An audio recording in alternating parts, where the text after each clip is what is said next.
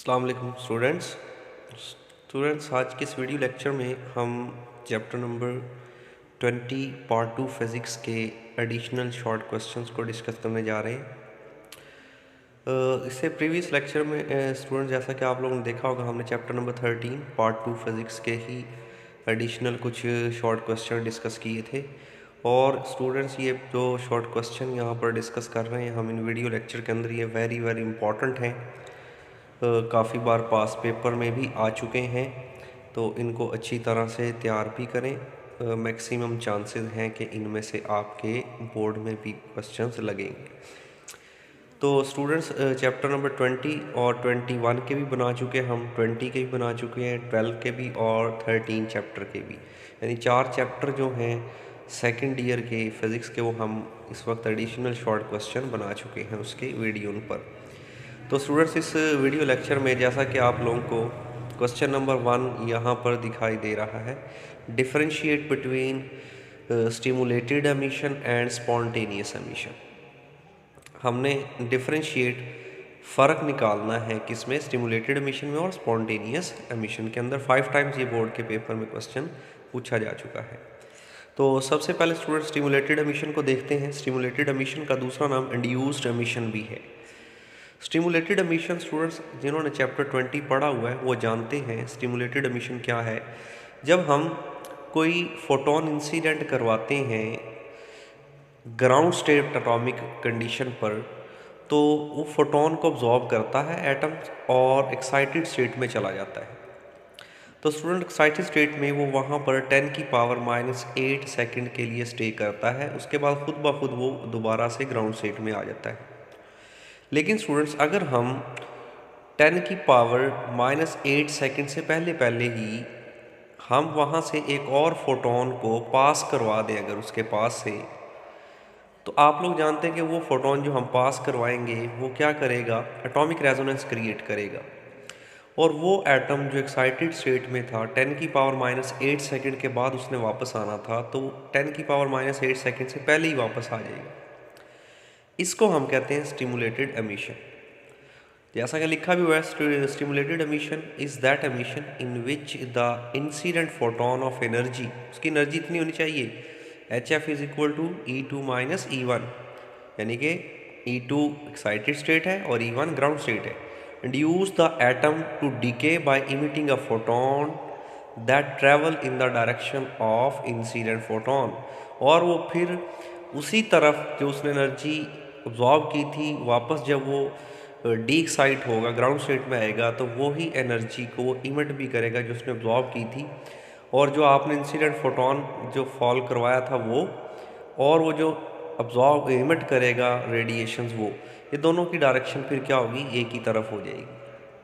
इस तरह students spontaneous emission, spontaneous जिसे हम खुद ब खुद कहते हैं, जैसा कि मैंने अभी बताया, जब एक एटम ग्राउंड स्टेट से एक्साइटेड स्टेट में जाता है तो 10⁻⁸ सेकंड के बाद वो खुद ही वापस आ जाता है, हम चाहे कोई और फोटोन इंसिडेंट उस पर करवाएं या ना करवाएं। तो इसे कहते हैं हम spontaneous emission. Spontaneous emission is that emission in which the atom emits a photon of energy, इतनी एनर्जी का फोटोन इमिट करेगा वो, इन एनी आर्बिट्ररी डायरेक्शन, किसी भी डायरेक्शन में वो हो सकता है, ज़रूरी नहीं है उसी डायरेक्शन में हो जिस डायरेक्शन में, क्योंकि इसमें हमने इंसिडेंट फोटोन तो करवाना ही नहीं है बाद में, तो ये आर्बिट्ररी डायरेक्शन हो सकती है आफ्टर 10⁻⁸ सेकंड, इन 10⁸ सेकंड के बाद। तो ये था स्टूडेंट्स हमारे पास क्वेश्चन नंबर 1, जो फ़र्क हमने निकालना था इसमें। जी स्टूडेंट्स नेक्स्ट हमारे पास क्वेश्चन नंबर 2 है, write down the 2 uses of laser 7 times. ये क्वेश्चन बोर्ड के पेपर में पूछा गया है। स्टूडेंट्स 2 यूजेस है, मैंने यहाँ पर 4 लिख दिए हैं, आप 2 भी लिख सकते हैं, 4 भी, आपसे 2 से ज़्यादा भी पूछे जा सकते हैं उसमें। तो लेज़र का फर्स्ट जो यूज़ है, surgical tool for welding detach रेटिनास।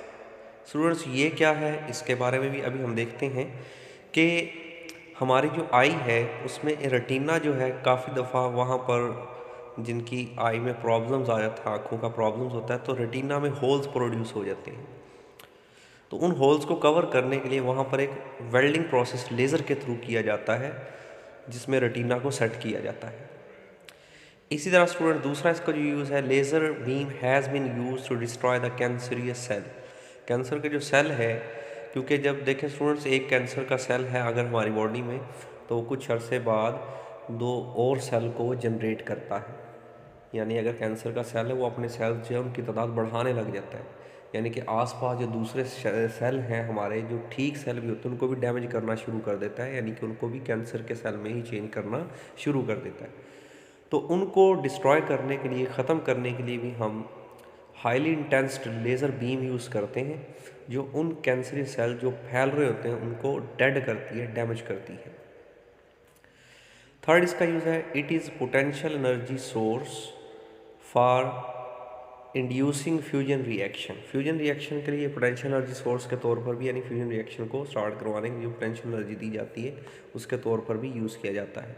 It can be use for telecommunication in optical fibre.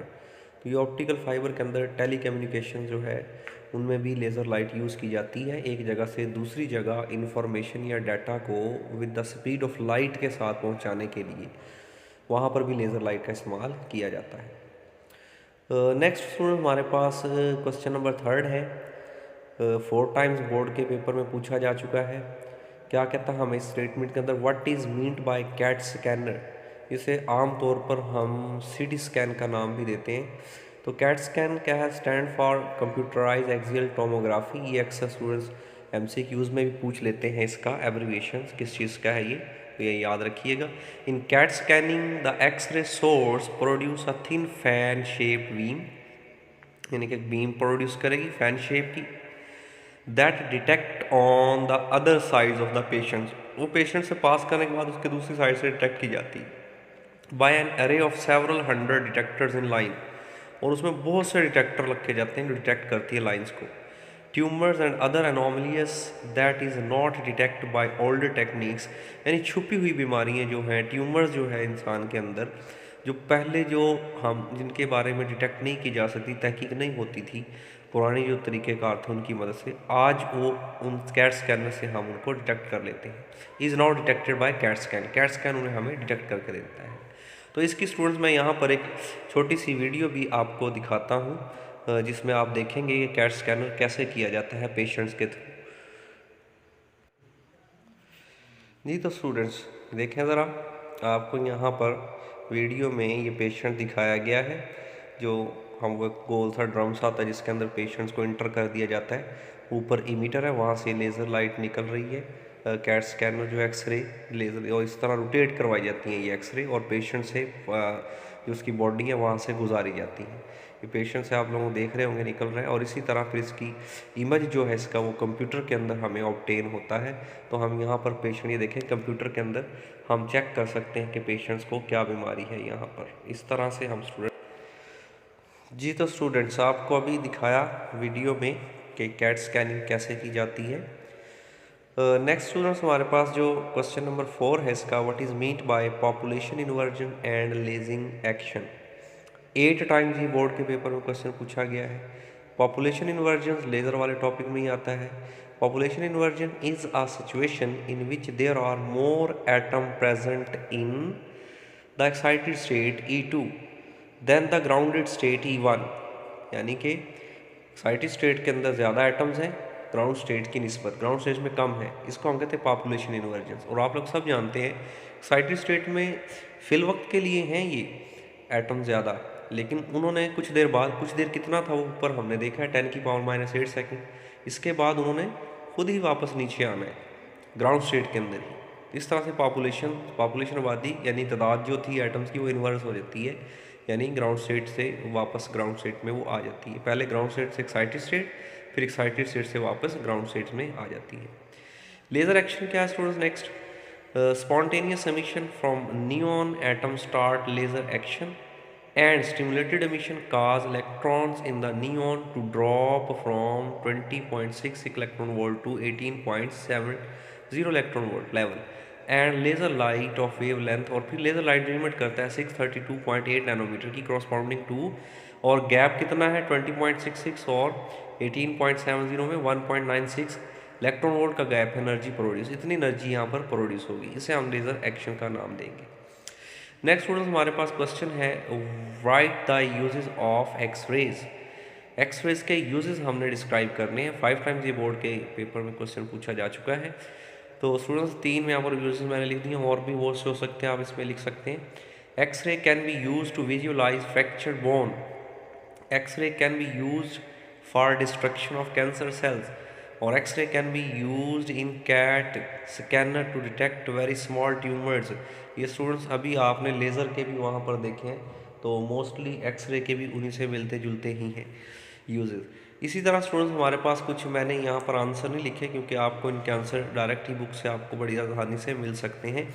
जिसमें क्वेश्चन नंबर 6 है, state any 2 postulates of Bohr atomic model. 3 postulates आप लोगों ने पढ़े होंगे स्टूडेंट, ये तो आप लोगों ने chemistry first year chapter number 5 में भी पढ़े होंगे। तो उसके ये 3 टाइम्स बोर्ड के पेपर में क्वेश्चन आया है, 2 उसमें से आपने कोई पॉस्टुलेट डिस्क्राइब करनी है। इसी तरह स्टूडेंट्स क्वेश्चन नंबर 7 है, give any 2 uses of laser in medicine. Students laser के हम यूजेस ऊपर भी पढ़ चुके हैं, तो वो आप मेडिसिन में भी उससे रिलेटेड है, 10th से आप लोग पढ़ते आ रहे हैं। ये 5 टाइम्स बोर्ड के पेपर में क्वेश्चन पूछा जा चुका है। और स्टूडेंट्स अभी आपको क्वेश्चन नंबर 5 भी दिखाई दे रहा है, यूजेस ऑफ एक्सरे। 8 क्वेश्चन भी यही है, what is biological effect of X-ray. ये यूजेस हैं, हमने इफेक्ट डिस्क्राइब करने, एक्सरे के इफेक्ट्स क्या है। ये 5 टाइम क्वेश्चन ये भी बोर्ड के पेपर में पूछा जा चुका है। तो ये लास्ट पे 3 क्वेश्चन स्टूडेंट्स, इनको आपने बुक से सर्च करना है और इनके आंसर तलाश करने हैं। अगर आपको इनके आंसर मिलते हैं तो वेल एंड गुड, अगर आपको इनके आंसर नहीं भी मिलते आप कमेंट्स में बता भी सकते हैं, मैं इनके भी आंसर आपको अपलोड कर दूंगा वीडियो की फॉर्म में, आप उन्हें चेक कर सकते हैं। तो स्टूडेंट्स ये आज के लेक्चर में हमने चैप्टर नंबर 20 के शॉर्ट क्वेश्चन जो थे कुछ उनको डिस्कस किया है। नेक्स्ट वीडियो में स्टूडेंट्स इसी तरह हम किसी और चैप्टर के जो हैं एडिशनल शॉर्ट क्वेश्चन इंपॉर्टेंट भी जो होंगे उनको डिस्कस करेंगे। तब तक के लिए अल्लाह हाफिज़, थैंक यू।